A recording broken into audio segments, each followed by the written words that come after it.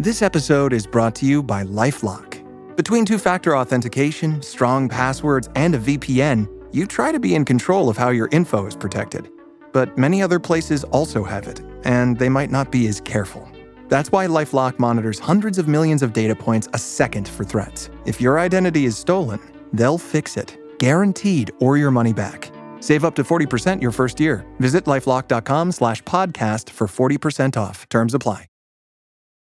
Enter the world of sports the way you want with EA Sports College Football 26. Whether you rise through the ranks as a coach or chase greatness from high school recruit to Heisman, build your legacy and wear your colors with pride. Buy College Football 26 now at go.ea.com/MVP-bundle and bring glory home today. EA Sports College Football 26 is rated E for everyone. Includes in-game purchases, including random items. This podcast is brought to you by Carvana. Got a car to sell but no time to waste? Hop on to Carvana.com to get a real offer for your car in seconds. All you have to do is enter your license plate, answer a few quick questions, and if you accept the offer, Carvana will pay you as soon as you hand the keys over. They even offer same-day pickup in many cities.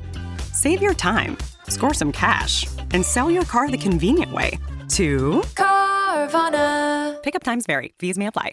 I love ravioli. Oh, tanta fame. Since when do you speak Italian? Since we partnered with SAP Concur, their integrated travel and expense platform and breakthrough solutions with AI gave me time back to dive into our financial future. We expand into Europe in 2027, so I'm getting ready. Well, you can predict the future? I can predict you'll like that message. What message? Whoa, hey, we all got bonuses. You can save for college now. I don't have kids.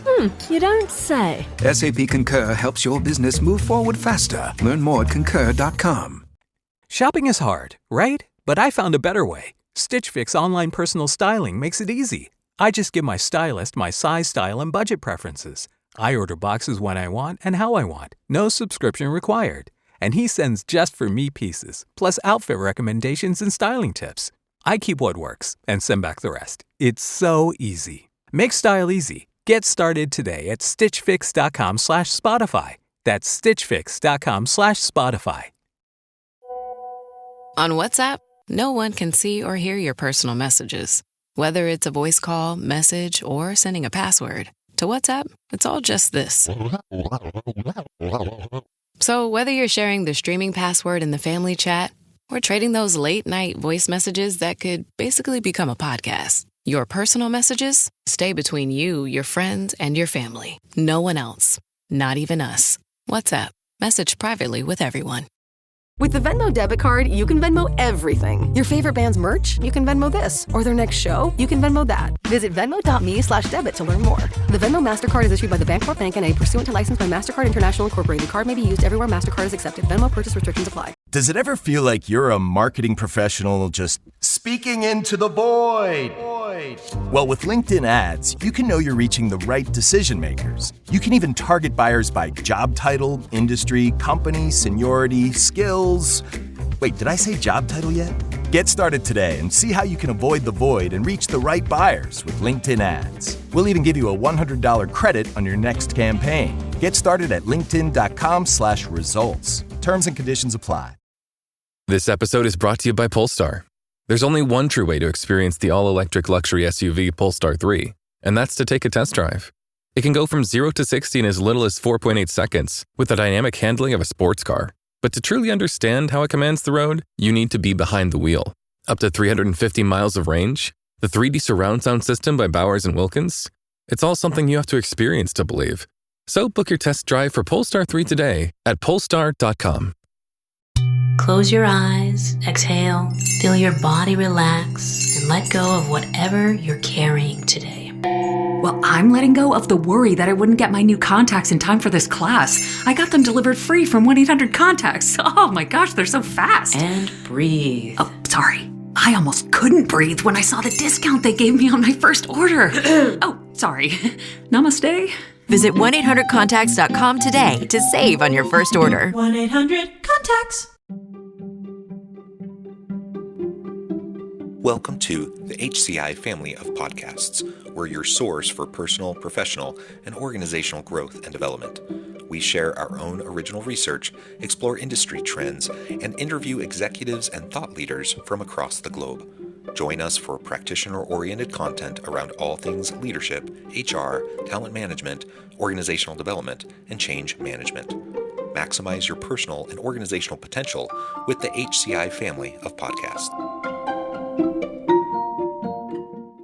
Andrea Hollingsworth, welcome to the conversation today. Hi, John. It's so awesome to be here. Thanks for having me.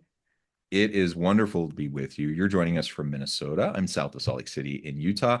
And today we're going to be talking about radical self-compassion and mental health in the workplace, and really what leaders can do both for themselves and for their team to make sure that we're all taking care of each other in the modern workplace. It's complicated, it's messy out there, and it's only getting harder, I think, in the modern workplace and as we pivot into the future of work. So this is what we'll be exploring. And as we get started, I wanted to share Andrea's bio with everybody.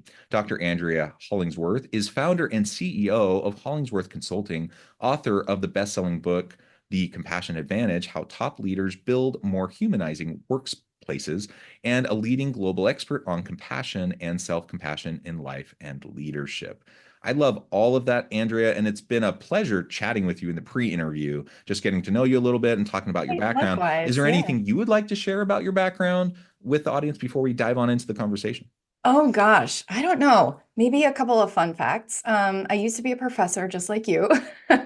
And one of the things I talk about is radical self-compassion. And one of the things that's true of me is that I walked away from academia kind of at the height of my success, largely because my inner critic was really sabotaging my resilience in that workspace. And so one of the things I do is help leaders to work with their inner critic and get past that perfectionism that's holding them back, and it makes them a better leader in the end.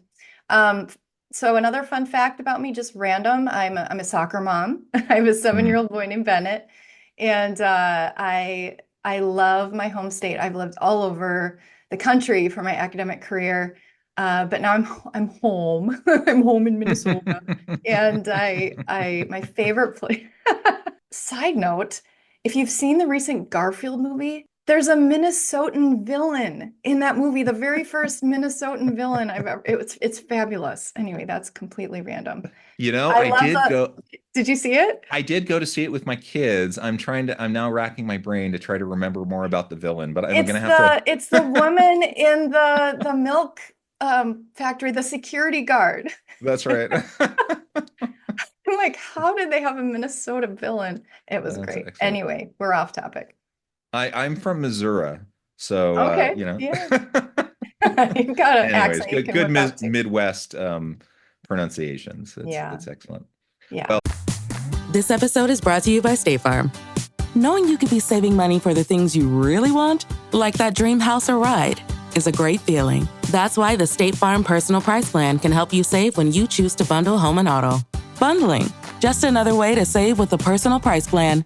Prices are based on rating plans that vary by state. Coverage options are selected by the customer. Availability, amount of discounts and savings, and eligibility vary by state.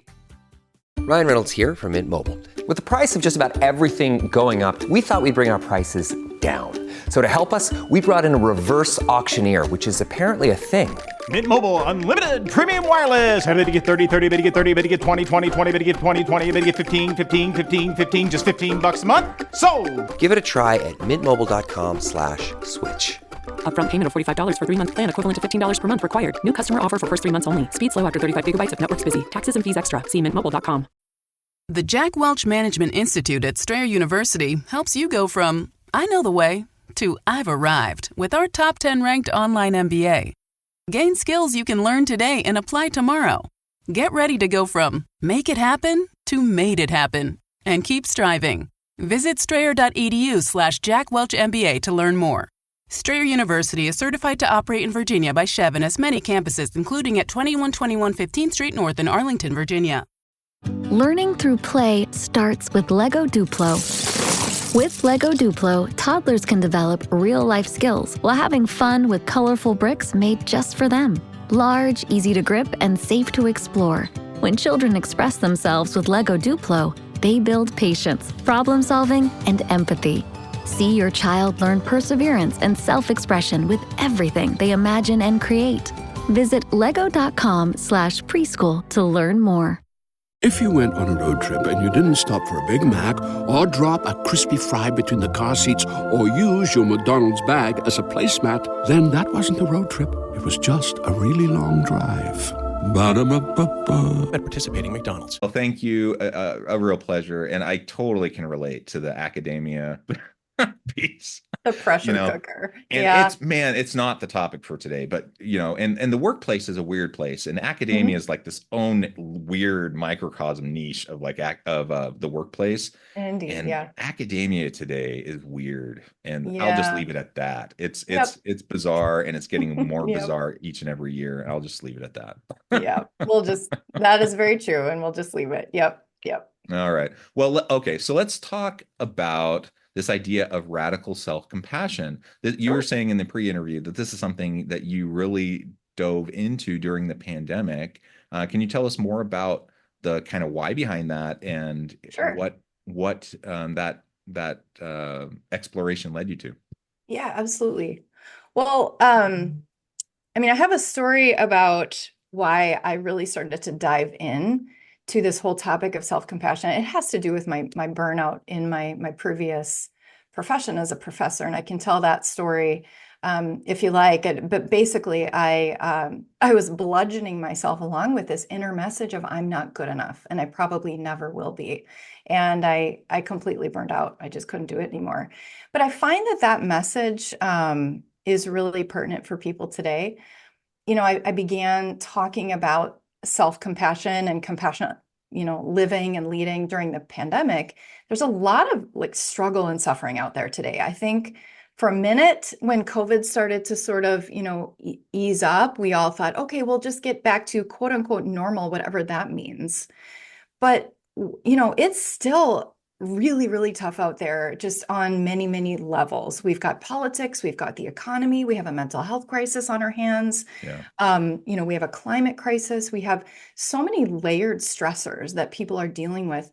And it's a total pipe dream to think that people can leave that at the door when they come to work. And so what I do is I help leaders, number one, work with their own what I call, what research called maladaptive perfectionism, and that inner critic and that pressure to be always on and to silence and stuff their own suffering, because that actually prevents them from being aware of the people that they're leading and empathetic and then action-oriented in how they can help, the suffering of those on their team.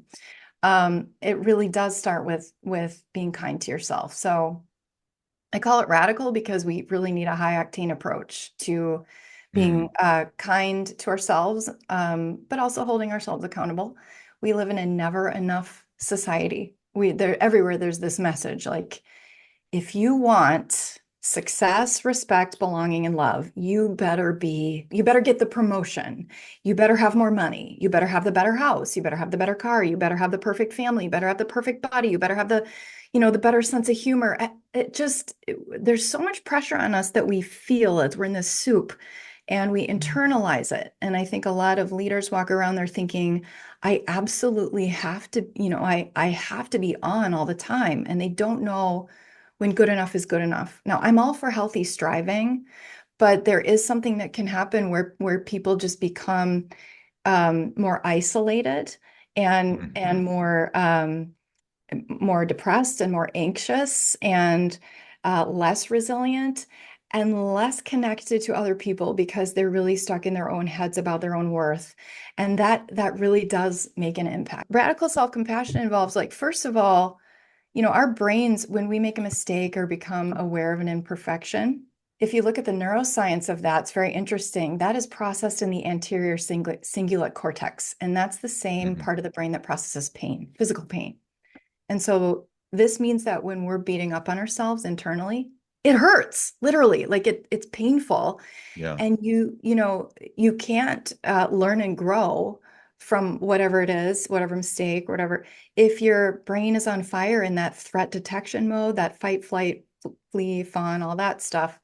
And so the first step is shifting from, that inner just humiliation and shaming to curiosity. Like, what happened? What's the situation on the ground? What, looking at it as data points, information instead of condemnation. I'll tell a story here. So recently I was,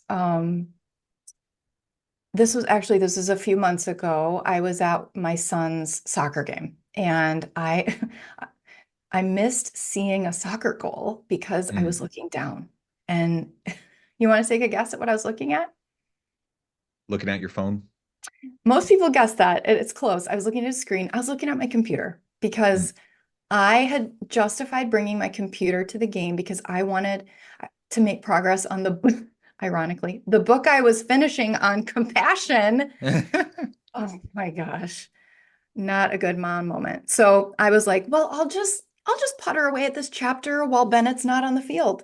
And it was the wrong call because I'll never forget his face. He came up to me after the game and he was like, Mom, I scored a goal. And when I looked over at you, you were looking down at your computer, Mom. Oh. You hurt my feelings so much. And, it was one of the lowest moments of, I try to be how old is he?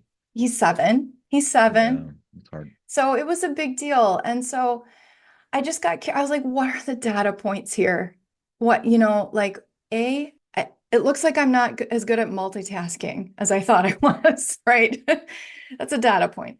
B, okay, big plays can happen fast in kiddo soccer games.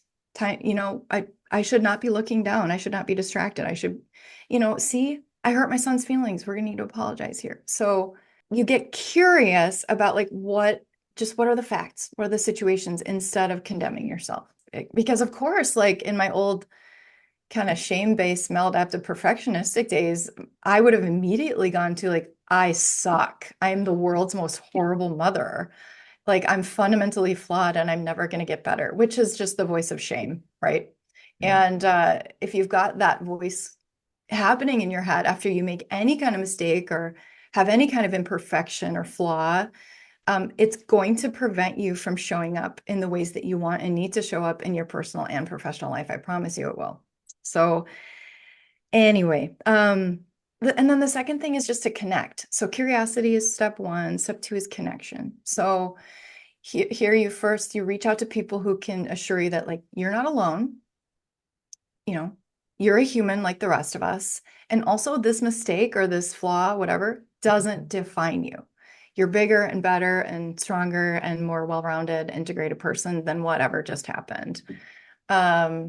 So in this case, there was a soccer mom who had been sitting next to me and had watched the entire train wreck happen. Her name was Cecilia. She's a friend of mine. And she didn't say anything in the moment, but when I got home and I was making Bennett some macaroni and cheese and hot dogs, God help me. We need to get more nutrition in our house. But he probably loved it. He loved it, of course. Yeah. So I texted Cecilia and I was like, such a bad mom moment, with the crying emoji and and the irony that I was working on a book on compassion too, right? And she texted me right back and she said, you're an amazing mom. Don't beat yourself up. You've seen so many, great moments with Bennett and you'll see so many more. But yes, the irony that you were working on your compassion book so she didn't minimize it, but she also didn't amplify it. And so she empathized, right? And assured me. And then, so connection, just connecting. We want to hide. Our brains tell us, there's this evolutionary history of when we become aware of anything we don't love about ourselves, we don't want to connect with people. Way back in the Paleolithic, when humans lived in hunter-gatherer groups, if I were to do something that would piss off my tribe members too much, what might happen? I mean, yeah, you could literally get kicked out, which means you probably die, right? Exactly. Alone. It's like that show Naked and Afraid. Do you ever watch that? It's I haven't, but yeah, I know. Yeah, you know of it. It's you can't tap out and Yeah. Get your granola bar and go home to the suburbs. Anyway, our brains tell us, no, imperfections mean you're not safe and you might die. So that's very old evolutionarily speaking. And so we have to consciously be like, no, I'm going to connect so that I can get over this. And then the third step is commitment. 3 C's: curiosity, connection, and commitment. What are we committing to? Well, first of all, working to be more kind to the way that we talk to ourselves in our own minds. That actually does matter, and it's big in terms of mental health. And so, I like to do this exercise with audiences where I have them think about something that they regret, like something that happened or they did or said that they just are not loving, right? They think about it and they notice, what is their inner critic telling them about this, right? And it's usually very, very harsh. And think about something that you recently said or did, John, that you're not loving. Like, can you get in touch with, like, what's that, like, that kind of gnarly inner part of you telling you? Like, you don't have to tell me, but I'm sure it's not very nice, right? I have them notice what their inner critic is telling them, and then imagine that your best friend just came to you and said, look, I need help. I need your support because I'm struggling with this thing. And it's the very thing you yourself were just thinking about. They made the same mistake. They said the same thing. They're not loving the same thing about themselves. And they come to you and they're like, I need help. And then I have the audience members,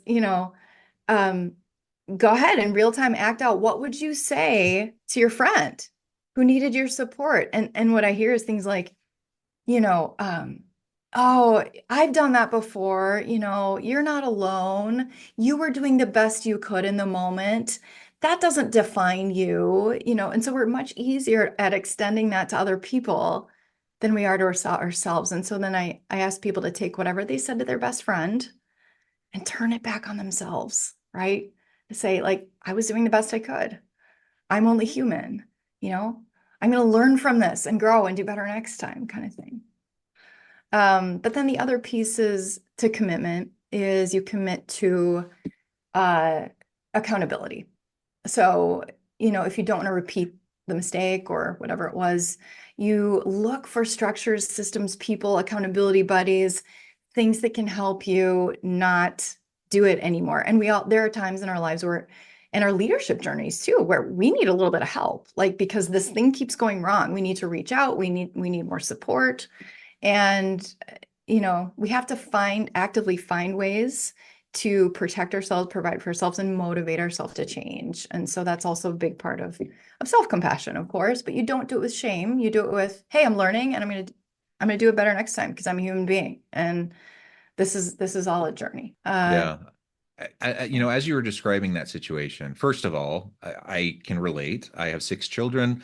I've had those moments. I mean, you're just busy and you're trying to juggle 1,000 things and you want to be there for every last moment and it's just impossible. Yeah. And so, you're going to be there for lots of stuff and you're going to miss lots of stuff. Yeah. And the best thing you can do is just to give them a hug and acknowledge it and say you're sorry and be there for the next thing. Right. Mm-hmm. And they'll forgive you. And it's the same thing in the workplace, as a leader, like, I'm not going to be perfect. I'm going to get stuff wrong. I'm going to miss stuff. I'm going to get stuff right. I'm going to miss stuff. But as long as I put my best foot forward and I try, and then I acknowledge when I mess stuff up, like, that's all my team expects. Like, they don't expect me to be perfect, but they also don't want me to gaslight them. Right. And so I just, like you said the word accountability, and that's really important. And it's the difference between, like, as you were describing all of this, I was thinking, we all know people who have no sense of shame, guilt, or accountability. Yes. So they do things that are hurtful to people. Yes. And they don't care. And they don't feel bad about it. Yeah. And it bugs us to death, right? Yeah, there's something there's a category in the DSM actually for that. But anyway. Yes. Yes. But most people aren't like that. Most people aren't like that. And most people, when they do something that hurts someone else, they know it, they recognize it, they feel bad about it. Yeah. And so practicing this compassion, most people, human to human, we're pretty good at extending grace to each other. We're pretty good at being patient with each other, and we're pretty good at showing some compassion to each other because we recognize that we're not perfect. We recognize we all fall down, et cetera, et cetera. But we do struggle to do that for ourselves. And I'm not quite sure why. You probably know a lot more about the why behind that than I do. Yeah. But the reality is, whatever the why is for each individual person, we do need to be able to take a step back and to just realize beating ourselves up doesn't serve anybody. It doesn't, like, if I just sit there ruminating, like if you were to just sit there ruminating in that moment with your son and spend the rest of the night beating yourself up, yeah, all that does is mean you're going to miss the rest of those moments the rest of the night with your son, right? correct. You're going to, Instead of being able to make it it better, disconnects you from people. it disconnects you. Yeah. Mhm. And the Yeah. same thing in the workplace. Like Exactly. all it does is it just means you're going to miss all of the other opportunities for connection, for Yep. meaningful mentorship and coaching and all the other things that are Correct. going to matter for those Correct. people. And so we got to give ourselves a break. Yeah. And There's- and that's what they need. They want to be given a break. We need to give ourselves a break. Yeah, I amen to all that. And I also, there's something that can happen when we're really being hard on ourselves, to our own nervous systems. That we just, there's a lot of anxiety, right? Have you ever been around somebody who just oozes criticality towards themselves and other people? You can just feel it, right? And some of your listeners are out there thinking like, my boss is that person, right? And so when leaders can learn to work with themselves in a different way with their own imperfections and share sometimes, there was a study, I think it was Adam Grant and his team that put out a study not too long ago. Managers were, so in one group, the managers were asked to share with their team members the growth areas that they themselves needed to work on that came from their higher up. Okay. And then in the control group, I think the managers were asked to ask for feedback from their team members about their own leadership style. Okay. And at the end of the study, I forget what the positive was. It was something like, employee trust or connection or resilience or something like that. Like, I'm botching this study, but like the good stuff happened, like in the manager team member relationship, the good stuff happened when the leaders were vulnerable with their own growth areas, with their direct reports. And so I think that speaks to just a different approach to our own imperfections and being just a little bit more like lightening up about them and being vulnerable enough to say like, hey, I'm human too. And here's what I'm working on. And I know you've got things you are working on too. And that is going to boost just morale. It's going to help those relationships grow in the workplace, which are so, so, so important to ease everybody's suffering and help everybody feel a little bit more human at work. Yeah. Andrea, we have only scratched the surface. There's so much more I want to talk about with this topic, but I also know you're on a hard stop. You need to get out of here. I need to let you go. So we need to wrap things up. But before we close, I just wanted to give you a chance to share with the audience how they can connect with you, find out more about your work, and then give us the final word before we close. Yeah. I'd love to connect with anyone listening. So my website is hollingsworthconsulting.com. I do keynote speaking. I do workshops for leaders, management groups, and I also do coaching for leaders. And so, yeah, you can go to hollingsworthconsulting.com. You can also find me on LinkedIn. I'm Andrea Hollingsworth, PhD. And then I just did publish that book that I was finishing up at the soccer game. It indeed did get done in a much less relationship,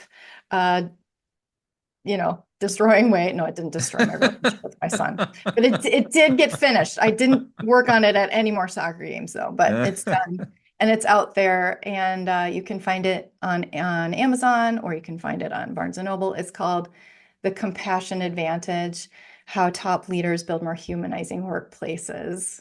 Wonderful. It has just been a real pleasure talking with you. Again, there's so much more to explore. That's why it's wonderful that you have a book. People go check it out, go find the book, learn more about what Andrea is all about, connect with her, find out more about how she can help you. And as always, I hope everyone can stay healthy and safe, that you can find meaning and purpose at work each and every day. And I hope you all have a great week.